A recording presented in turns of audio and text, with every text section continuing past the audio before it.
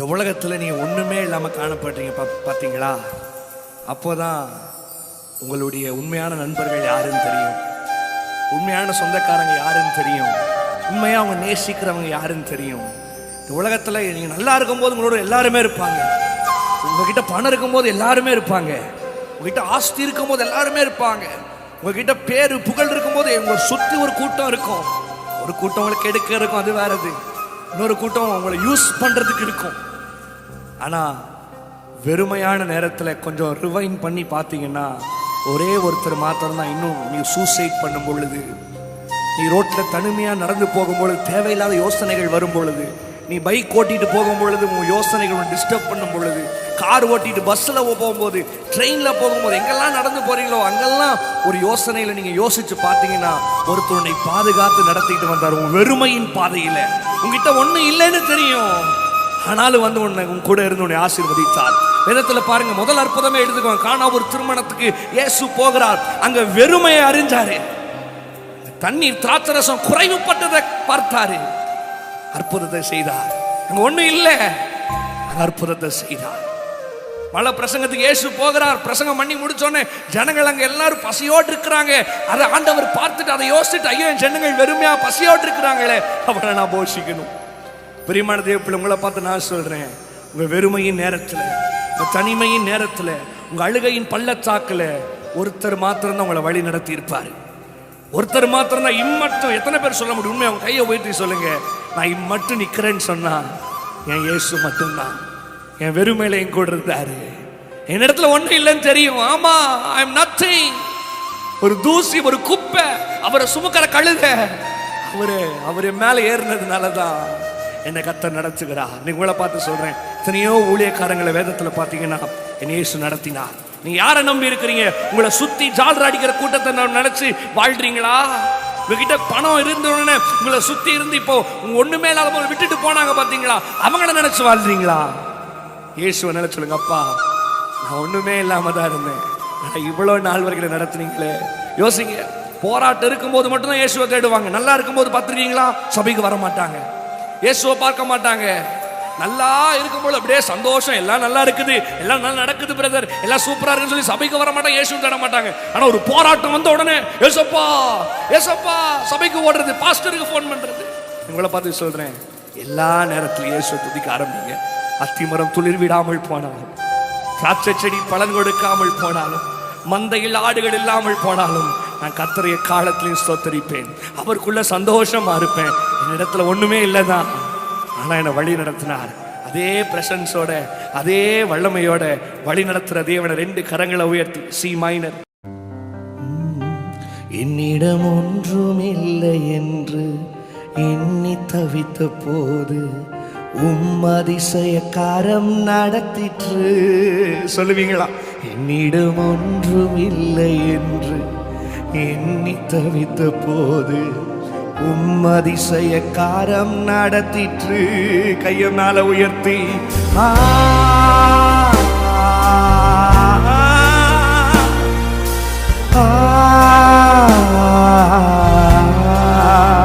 அப்பாவை பார்த்து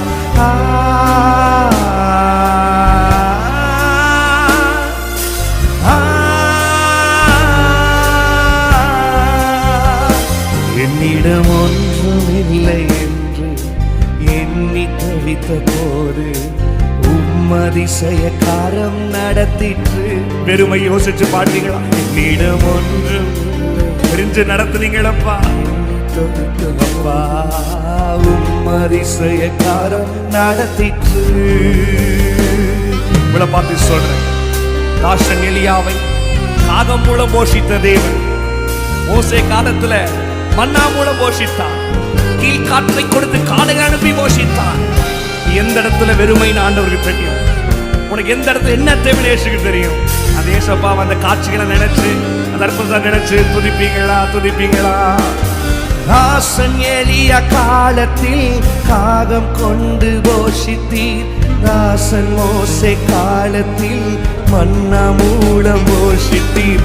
தாசன் எலியா காலத்தில் காகம் கொண்டு போஷித்தார். அத்தனை அலைச்சல் வெயிலே போஷித்தார், செருப்பு கிளியில துணி கிளியில. யோசிப்பீங்களா? செருப்பு செருப்பும் தேயவில்லை, துணியும் கிழியவில்லை, அதிசய காரம் நடத்திற்று. செருப்பும் தேயவில்லை, துணியும் கிழியல, ஏன்னா அவர் நடத்துறதுனால. அதிசய காரம் நடத்திற்று. என்னிடம் ஒன்றும் இல்லை என்று எண்ணி தவித்த போது அதிசய காரம் நடத்திற்று. என்னிடம் ஒன்றும் இல்லை. பயப்படாது, சொத்து போகாது. அந்த வெறுமை தான் ஆண்டவருக்கு வேணும். அந்த வெறுமை இருந்தா அந்த ஆண்டவரை ஆசீர்வதிக்க முடியும், நடத்த முடியும். கையை உயர்த்தி அந்த தேவனை ருசிச்சு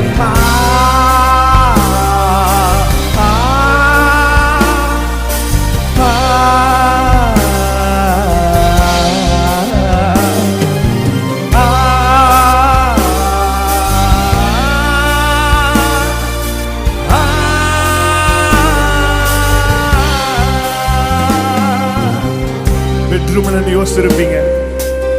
வண்டியில போகும்போது யோசிச்சு எப்படி இதை நடத்துவேன், எப்படி இந்த காரியத்தை நம்மளவள விட்டுட்டு போயிட்டாங்க. வெறுமையா இருக்கிறது ஒண்ணுமே இல்லை. அந்த வெறுமை ஆண்டவருக்கு தேவை.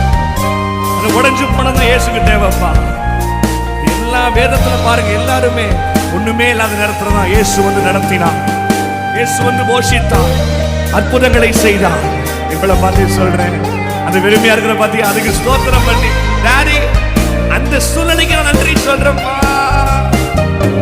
இரவில் கிடந்து புலம்பினேன், நடக்கும் போது புலம்பினேன், வறுமை நினைத்து கலங்கினேன், நிஜத்தை நினைத்து கதறினேன். இரவில் கடந்து உண்மைதான யோசிங்களா, எப்படி இந்த காரியத்தை நடத்த போறேன், என் திருமணத்தை எப்படி நடத்த போறேன், எங்க அப்பா அம்மாவை எப்படி நான் நடத்த போறேன் சொல்லு போகாத. உலக உணவும் தந்தீர், உறங்க இடம் தந்தீர், அதிசய காரம் நடத்திற்று.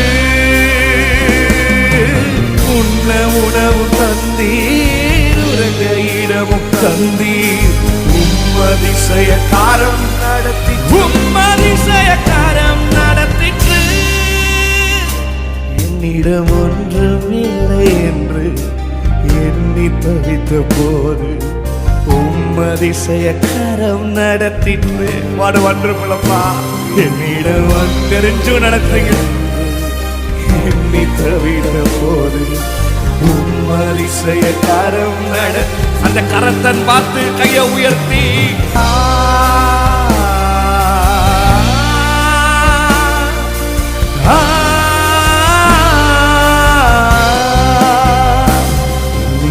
ஒன்றும் இல்லை என்று எண்ணி தவித்த போது அதிசய காரம் நடத்தி. இந்த காரோட உண்மைதாக இருக்கு பார்த்து, என்னிடம் ஒன்றும் இல்லை என்று எண்ணி தவித்த போது அதிசய காரம் நடத்திற்று.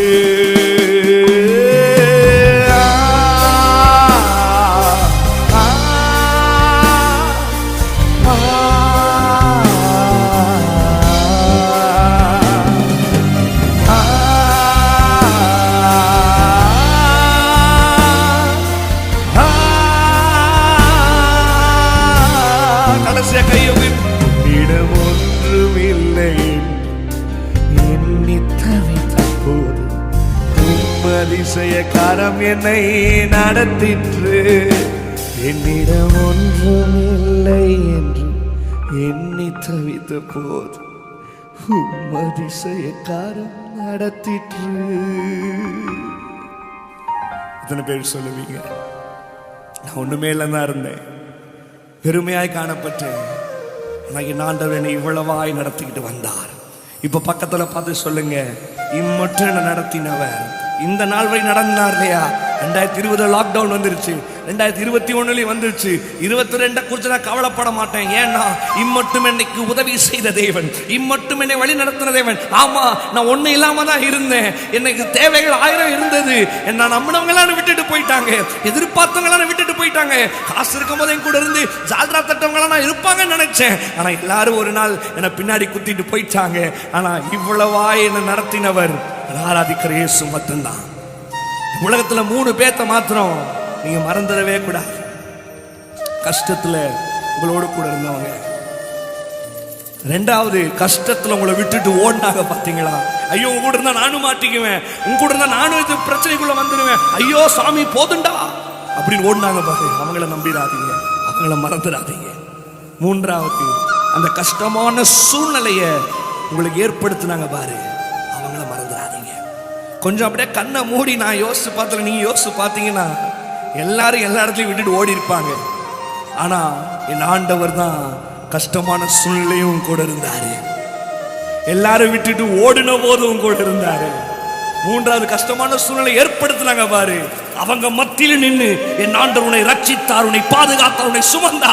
அந்த தேவனை மாத்திரம் சொல்லி, அப்பா என்னிடம் ஒன்றும் இல்லை என்று எண்ணி தவித்த போது அதிசயக்காரம் நடத்திற்று. என்னிடம் ஒன்றும் இல்லை என்று எண்ணி தவித்த போது அதிசயக்காரம் நடத்திற்று.